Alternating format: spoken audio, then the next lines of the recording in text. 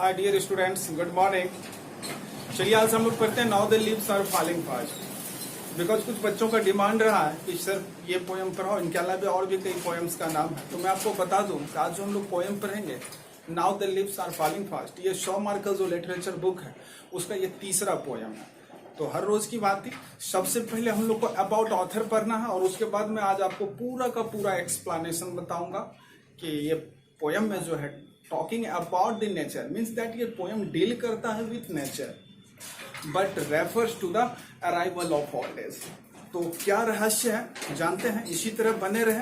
तो चलिए देखते हैं। Now the leaves are falling fast कहने का मतलब है कि अब पत्तियां तेजी से गिर रहा है। तो मैंने आपको बताया this poem deals with the nature. ये ऑब्जेक्टिव क्वेश्चंस भी है, आपसे पूछा जाता है कि ये जो now the leaves are falling fast आपने पढ़ा, इस पोएम का डीलिंग किस चीज के साथ है। तो always author talking about the nature, तो नेचर के साथ इसका डीलिंग है but refers to the arrival of old age. मतलब इंसान जो है इसका जो मृत्यु हो रहा है वो तेजी से मृत्यु की ओर अग्रसर हो रहा है, इस चीज पे इंडिकेट करता है। तो इसलिए कहा गया now the leaves are falling fast. अब पत्तियां जो है तेजी से गिर रहा है। तब पत्तियां तेजी से गिर रही है तो इसका मतलब क्या है। एक और ऑब्जेक्टिव क्वेश्चन बनता है कि जैसे भी all are the people of India, और यहाँ इंडिया में ये जो now the leaves are falling fast की बात होती है, यानी लीव्स जो है पत्तियां जो है ये पतझड़ का रूप लेता है किस सीजन में, तो इन द ऑटम। तो आपको ये ऋतु याद रखना, ऑटम। तो आइए देखते हैं who is the author of this poem. तो W.H. ऑडेन, ये W.H. ऑडेन ऑथर है इनका। और ये W.H. ऑडेन शॉर्ट ही देख के पूछा जाता है एग्जाम में, लेकिन इसकी जब फुल फॉर्म की बात हो तो मैंने यहाँ लिख रखा है, इसको भी देखेंगे अबाउट ऑथर में कि वेस्टर्न ऑफ ऑडेन, ये इनका फुल फॉर्म नेम हो गया, लेकिन आपको ये W.H. ऑडेन याद रखना है। बॉर्न ऑन मीन दैट कह रहा है कि ये जो W.H. ऑडेन है इसका जो जन्म हुआ था कब, तो 21 फरवरी 1907, यानी 21 फरवरी 1907, यानी 1907 को इसका जन्म हुआ था। कहां पर, तो इंग्लैंड में। डाइड ऑन मीन दैट इनका मृत्यु की बात हो रही है कि इनका जो डेथ हुआ था वो कब हुआ था, तो आपको कहना है 29 सितंबर 1973, यानी 29 सितंबर 1973 को इनका मृत्यु हुआ था। कहां पर, तो ऑस्ट्रिया, ऑस्ट्रेलिया नहीं ऑस्ट्रिया, ये वियतनाम में पड़ता है। उसके बाद इस पॉइंट्स को आप देखेंगे, कह रहे he is the author who won the Pulitzer prize. और ये बहुत ही अच्छा ऑब्जेक्टिव क्वेश्चन है इस चैप्टर का, बार बार पूछे जाते हैं, तो आपको इसको भी याद रखना है इसका भी कि he is the author who won the Pulitzer prize. तो ये जो है पुलिट्जर प्राइज है, इनको मिला था कब, 1948 ईस्वी में। किस चीज के लिए, तो द एज ऑफ एनेक्सिटी, ये बुक का नाम है। इन्हीं का एक बुक है जो काफी अप्रिशिएट हुआ, और इसी बुक की वजह द एज ऑफ एनेक्सिटी के लिए ही इस ऑथर को कौन सा प्राइज दिया गया, पुलिट्जर प्राइज। तो पुलिट्जर प्राइज का विनर अगर कोई है तो वो है W.H. Odean. In the year, तो देन यू हैव टू से 1948। अब देखो कुछ पोएम का थीम समझना जरूरी होता है। थीम ऑफ द पोएम क्या कहता है कि this poem talks about frustration. Frustration का मतलब है निराशावाद। मतलब इस पोएम को जब हम पढ़ते हैं तो इसमें लगता है कि ऑथर निराश है किसी भी चीज को लेके, तो ये निराशावादी के बारे में बात करता है। इनहेरेंट इन ह्यूमन लाइफ, और कह रहा है ये निहित है। इनहेरेंट का मतलब क्या, ये निहित है किस चीज में, ह्यूमन लाइफ में, मतलब मानव जीवन में ये निहित है। In this poem author says that, और कह रहा है कि इस पोएम में ऑथर कहता है कि ऑल एस्पिरेशंस, जितने भी आकांक्षाएं हैं, ऑल एस्पिरेशंस मीन्स दैट सभी आकांक्षाएं, आर नॉट फुलफिल्ड। यहां पर देख लो, आर नॉट फुलफिल्ड मतलब उसकी भरपाई नहीं की जाती है। मनुष्य को तो बहुत सारी आकांक्षाएं हैं, तो क्या जितने भी मेरी आकांक्षाएं हैं क्या वो फुलफिल हो जाती है। अकॉर्डिंग टू ऑथर कहना है नहीं, मनुष्य का तो आकांक्षाएं जितने भी हैं वो फुलफिल नहीं किया जाता। एंड इन लोनलीनेस, और इसका रिजल्ट क्या होता है अकॉर्डिंग टू ऑथर, कह रहा है वो उसका ये अकेलापन में, कह रहा है जितने भी मानव जाति हैं वो लोनलीनेस में, अकेलापन में जीते हैं और मरते हैं। तो कैसे, तो एक्सप्लेनेशन पढ़ेंगे, उसके बाद ही हमें पता चल पाएगी कि ऑथर का क्या थॉट है, क्या विचार है, और ऑडियंस से वो क्या कहना चाहते हैं। हम लोग पढ़ते हैं इस पोएम का एक्सप्लेनेशन। तो according to author we have to learn, तो प्लीज इसी तरह बने रहें और अंत तक देखें। तो एक्सप्लेनेशन में क्या है, फर्स्ट पैराग्राफ देखते हैं। फर्स्ट पैराग्राफ की जो बिगिनिंग है, स्टार्टिंग है, वो कह रहे हैं now the leaves are falling fast. Author कह रहा है कि देखो पत्तियां तेजी से गिर रहा है। मैंने पहले ही आपको बता दिया है कि इस पोयम में ऑथर डील करता है नेचर के साथ, लेकिन उसका जो इशारा है, रिमार्क्स है, वो अराइवल ऑफ ओल्ड एज पे है। तो यानी कह रहा पत्तियां अब तेजी से गिर रहा है, यानी मनुष्य का जो मृत्यु है ना वो तेजी से हो रहा है, ये कहने का सेंस है।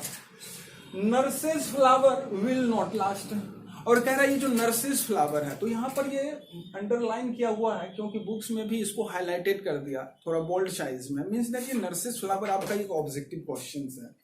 तो नर्सेस फ्लावर मीन्स होता है सपोर्टिंग ट्री या एक ऐसा ग्रोइंग अंडर, आपके बुक्स में लिखा हुआ है, इस वर्ड को आप याद रखो। तो नर्सेस फ्लावर कौन है? तो ये यंग पीपल है, नर्सेस फ्लावर्स हम लोग हैं। तो कह रहा है ये जो ओल्ड पत्तियां तेजी से गिर रहा है, मीन्स दैट कि हमारे जो पूर्वज हैं, एंसेस्टर जितने भी हैं, वो क्या होता है, पहले 100+ इंसान जिया करता था, but now it is possible that more than 60 and 70, 60 और 70 के बीच में हम अपने पेरेंट्स, अपने पूर्वज को हम खो देते हैं। तो क्या हो रहा है, पत्तियां तेजी से गिर रहा है। और नर्सेस फ्लावर, तो जितने भी यूथ हैं, हम लोग हैं, उनके बच्चे, तो we all are nurses flower will not last. कह रहा ये भी ज्यादा दिन नहीं जिएगा, क्योंकि हम सभी क्या है, नर्सेस फ्लावर है। यानी पैर के बगल में जो छोटे छोटे पैर रहते हैं, तो नेचर की बात तो हो रही है, लेकिन ये ऑब्जेक्टिव क्वेश्चन है आपका, तो इसलिए मैं आपको ऑब्जेक्टिव रचना ना पड़े, सारा कॉन्सेप्ट क्लियर करते हुए चलेंगे। तो ऑथर का कहना है क्या कि nurses flower will not last, यह भी अंत तक नहीं चलेगा, यह भी नहीं जिएगा। क्यों? The nurses to the grave are gone. कह रहे क्योंकि यह भी जो है नर्सेज, यह भी गॉन हो गया, जा चुका है किसके तरफ, ग्रेव यानी कब्र की ओर, यानी मृत्यु की ओर अग्रसर हो रहा है। कौन? Nurses flower will and the prams go rolling falling on. और प्राम्स, ये वर्ड आप याद रख लो, प्राम्स क्या होता है? तो प्राम्स पारामुलेटर आप कह सकते हो, या आप 4 व्हील्ड बेबी कैरेज, और या रोलिंग आप कह सकते हो।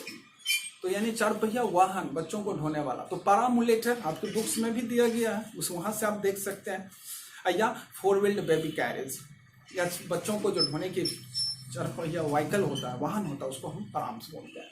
तो ये प्राम्स स्टैंड फॉर, या प्राम्स मीन्स क्या होता है? तो पारामुलेटर या बेबी कैरेज, ये ऑप्शन एग्जाम में पूछी जाती है, तो आप ऑब्जेक्टिव सेक्शन जरूर देखना, वहां पे आपको दिक्कतें नहीं होगी।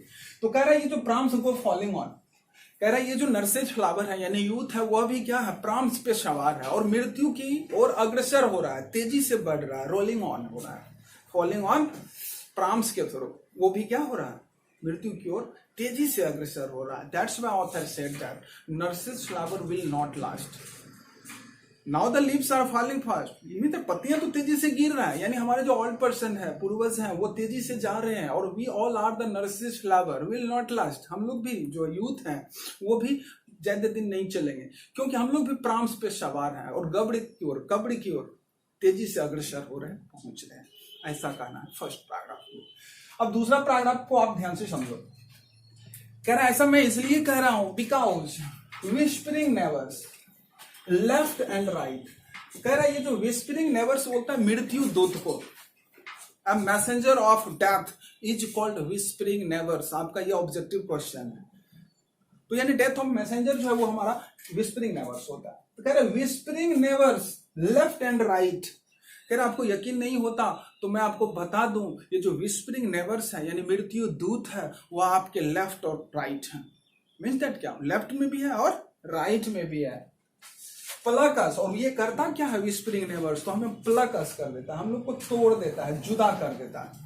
प्लक मीन्स अलग करना, जिससे फ्लावर्स वगैरह आप बागवान से तोड़ते हैं तो उसको प्लक ही तो करते हैं। तो क्या करते हैं, फ्लावर्स को हम टहनी से अलग कर दिया। तो रियल डिलाइट, ये जो वास्तविक खुशी है, उस चीज से प्लक कर देता है कौन, तो ये विस्परिंग नेवर्स।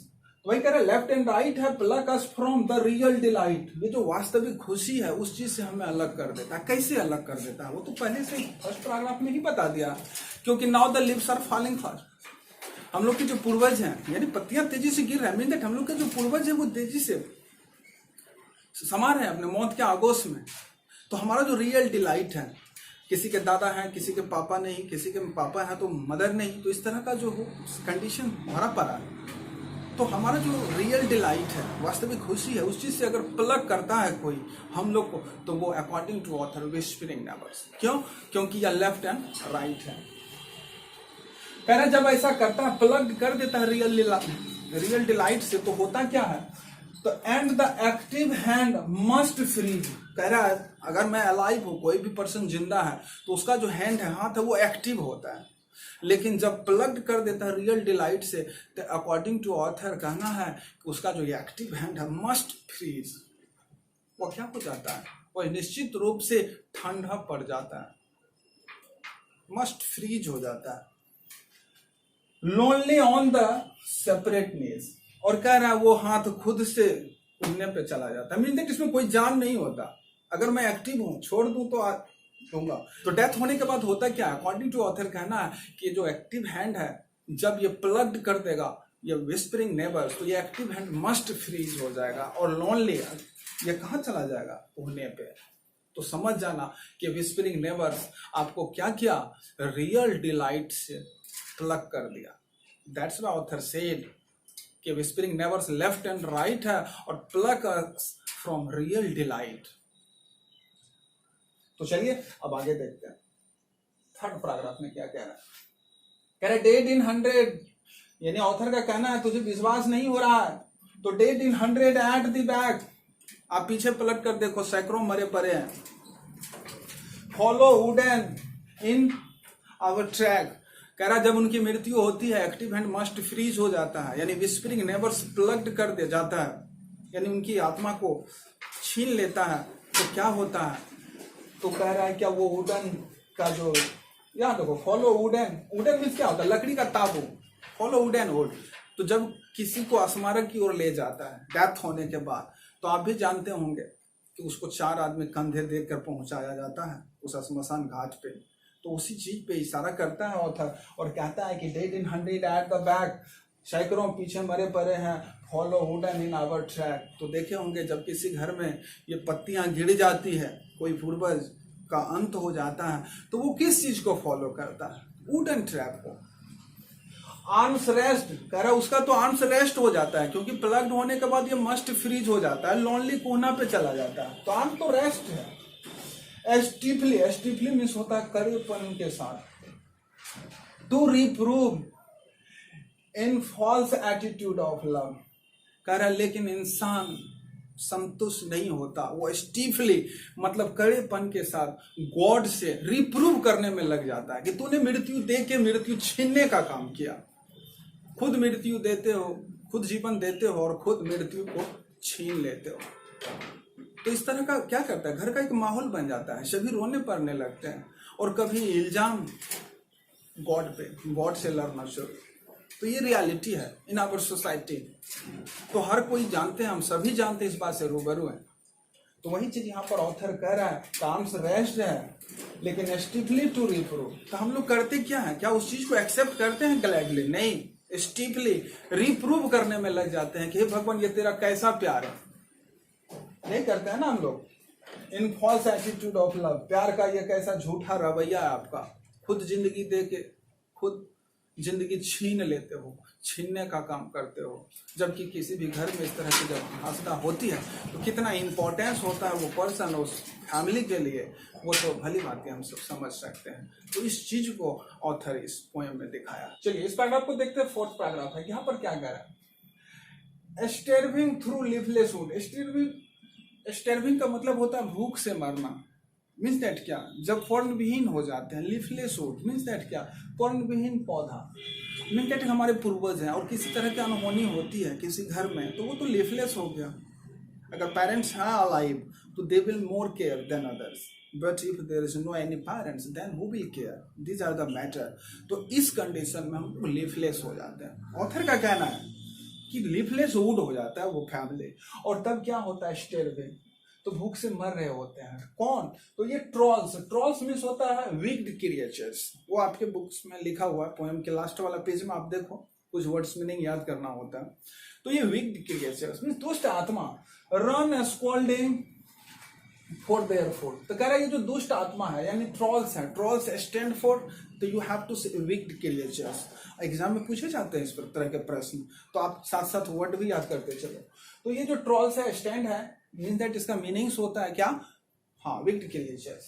तो कह रहा है ये रन स्कॉल्डिंग, ये भटकता है, किस लिए, तो फॉर देयर फूड। कह रहा है ये दुष्ट आत्मा जो है भागता है भटकता है, किस लिए? तो अपने भोजन के लिए। एंड द नाइटिंगल, और कह रहा है ये जो नाइटिंगल एक चिड़िया है, बर्ड है जिसका बुलबुल नाम होता है, तो वही कह रहा है कि and the Nightingale is dumb. डम मीन्स होता है मुख हो जाना, गुम हो जाना। ऐसा क्यों? तो कह रहा है जिस पेड़ में पत्तियां ही ना हो, तो क्या वहां पे नाइटिंगल जो एक चिड़िया है, बुलबुल चिड़िया पक्षी रहेगी? नहीं, वो पलायन कर जाएगा, वो डम्ब हो जाएगा, मतलब मुख हो जाता है। अगर पेड़ में पत्तियां हैं, हरी भरी चीजें हैं, तभी तो कोई पक्षी भी वहां रहेगा, नहीं है तो पलायन कर जाएगा। तो ऑथर का कहना है कि जिस घर के कोई पेरेंट्स, कोई पूर्वज के डेथ हो जाती है, तो क्या होता है? वो यहाँ पर बोला ना, स्टैर्विंग, वो भूख से मर रहा होता है। क्यों? क्योंकि ये जो ट्रॉल्स है यानी विक्ड क्रिएचर है, ये क्या करता है? स्कॉल्डिंग फॉर देयर फूड, अपने भोजन के लिए भटकता है। और उस समय में होगा क्या? तो ये नाइटिंगल जो है, नाइटिंगल मैंने बुलबुल इज डम, मीन्स दैट कहने का मतलब है अगर घर में किसी प्रकार की अनहोनी हो गई, इनकम ऑफ सोर्स नहीं दिखा, if there is no any parents who will manage, तो क्या होगा?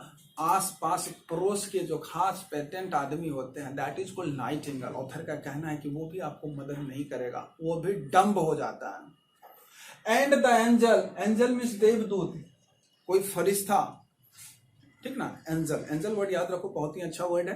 तो कह रहा है and the angel will not come, कह रहा ना ही कोई देवदूत आएगा तुझे मदद करने के लिए कि हाँ इसके घर में प्रॉब्लम है तो चलो।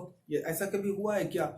If I need a money, if I don't have them, क्या कोई एंजल आ जाता है कि इस बंदे को काम है, इसे पैसे चाहिए? नहीं। तो ऑथर का कहना है कि ये जो नाइटिंगल है यानी बुलबुल है, वह भी डम्ब हो जाता है, और ना ही कोई एंजल आता है, ना ही कोई देवदूत आता है मदद करने के लिए।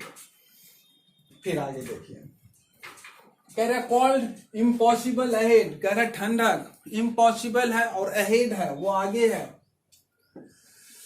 लिस्ट, लिस्ट मीन्स कह रहा है क्या? लिस्ट माउंटेन्स लवली है, कह रहा है ये जो पहाड़ की चोटियां हैं वो लवली है, इसका एक लिस्ट है, और वो अहेड है, आगे है।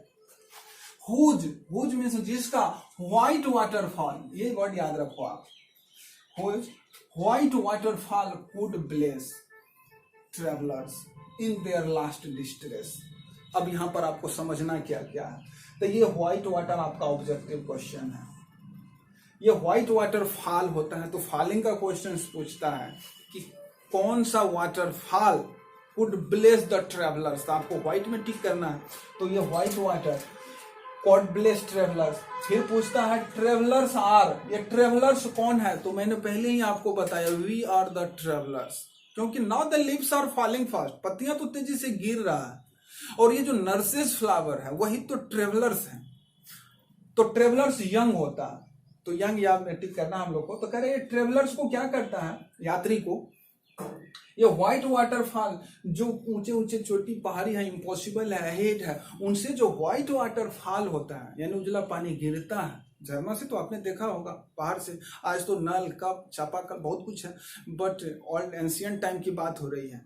तो जितने भी बड़े बड़े शहर है वो समुद्र के किनारे ही तो बसा हुआ है। तो इस स्थिति में क्या होता था कि पानी का जो वासा हो, तो पहाड़ी चोटी, झरना, झील, यही फॉलो करते थे हम लोग। तो कह रहा है कि उस क्षण में जब किसी घर में किसी प्रकार की आपदा आ पड़ती है, यानी सीनियर सिटीजन के डेथ हो जाती है, वो एज ए पेरेंट्स उस घर में है, तो कोई मदद नहीं करता, क्योंकि नाइटिंगेल भी डंब हो जाता है। पर्ण विहीन पौधा में कौन रहता? एक चिड़िया तक नहीं रहता, तो आपको कौन मदद करेगा? कहने का मतलब है। उसके बाद क्या दूसरा हम लोग देखें कि angel will not come. Author का कहना है कि ना ही कोई देवदूत आगे तुझे कोऑपरेट करेगा, एंजल विल नॉट कम, वो भी नहीं आएगा। तो होगा क्या? इन लास्ट डिस्ट्रेस, तो यहां पर देख लीजिए लास्ट डिस्ट्रेस। लास्ट डिस्ट्रेस का मतलब होता है एंड ऑफ लाइफ। तो ये word stand for end of life. कह रहा मृत्यु के अंतिम क्षण में, ठीक ना, अगर कोई आपको ब्लेस कर सकता है, कोई वरदान स्वरूप आपको ठंडक पहुंचा सकता है, जो कि इम्पॉसिबल है वो भी पॉसिबल हो सकता है, तो वो आपको कह रहा है कि वो जो वाटर, व्हाइट वाटर फॉल है, ठीक ना, वही आपको could bless the travellers in their last distress. यानी मृत्यु के आगोश में जब आप जाओगे और लास्ट क्षण होगा, एंड ऑफ लाइफ, उस समय में अगर इंसान को, ट्रेवलर्स को कोई ठंडक पहुंचा सकता है, तो वो व्हाइट वाटर फॉल जो कि अहेड है और इम्पॉसिबल है। तो अकॉर्डिंग टू ऑथर ये कॉन्सेप्ट रहा। तो अब आप लाइक एंड शेयर और सब्सक्राइब जरूर करें। यदि आपको लेटर ये एक्सप्लेनेशन अच्छा लगा हो, और kindly request to all guys, अगर हमारे फेसबुक आईडी से नहीं जुड़े हैं तो डिस्क्रिप्शन में मैंने लिंक दे रखा है, वहां से आप फॉलो कर सकते हैं। और ऑब्जेक्टिव के लिए प्लीज काइंडली रिक्वेस्ट सब्सक्राइब कर ले ताकि आपको नोटिफिकेशन मिल जाए। Thank you, see you again.